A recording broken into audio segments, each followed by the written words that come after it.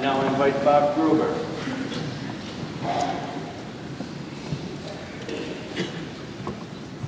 Morning, everybody.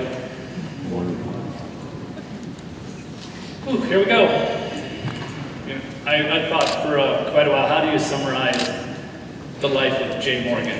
And I can just tell you that I was fortunate enough to share a ride home from Ocala with Jay when he was on his way home from the Florida State game, where he had spent the day watching the game from down on the field.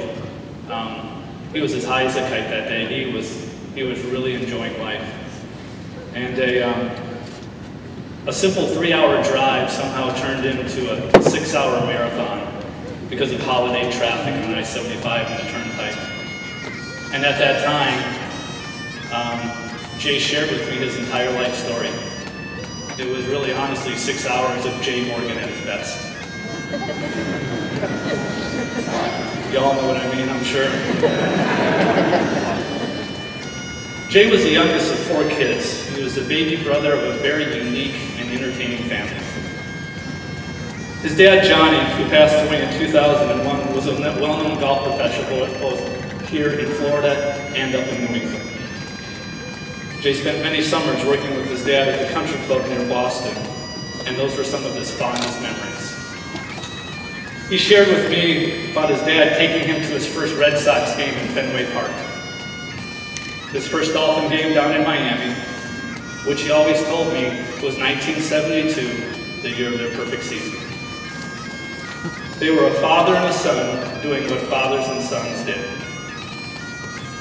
His mother, Barbara, we all know Barbara, AKA Pinky. She has been Jay's true rock through his courageous battle with cancer. Although they showed affection towards each other in a bit unorthodox way at times, they shared that special bond only a son and a mother can experience. It was really heartwarming seeing them travel together on Jay's day off running errands around town. It was a rare time. You didn't see the two of them together. As Jay said, Pinky, God bless your pea-picking little heart. Jay has 3 older sisters, Laura, Beth, and Joe. Jay's relationship with all his sisters is exactly what you expect.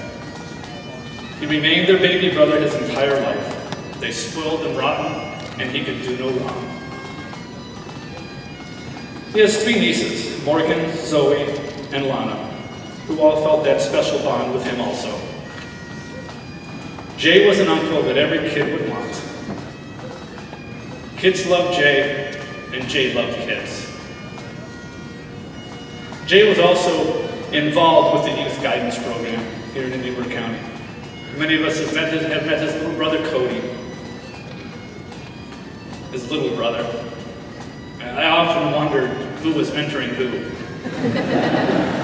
They would bum around town together, enjoying each other's company. And Cody, there's a couple of things I want you to know. Number 1, you did a heck of a great job with Jay.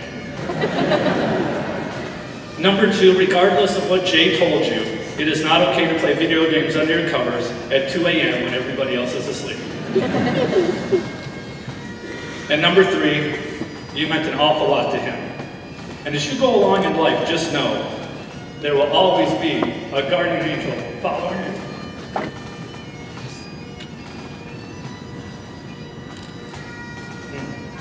Jay often bragged about the 25th Avenue gang. I'm not even sure they really existed. But he told stories about you guys that was legendary. Not ready for prime time, but legendary nonetheless. His ability to maintain those friendships throughout the years is an admirable trait. I do know one thing for sure. Jay Morgan fit the perfect description of the word friend. Jay loved everything about sports. He loved watching them, he loved playing them, he loved talking about them. I think he would have eaten them if he could. He was a Red Sox fan. He was a Dolphin fan. But when it came to the University of Florida and their Gators, the word fan does not suffice. To know Jay was to know a rabid Gator fan. Florida football was one of his passions.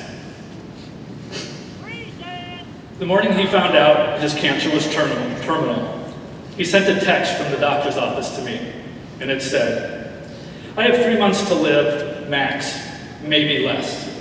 Just want one more holiday season, maybe a Tebow Heisman, and a national championship. LOL."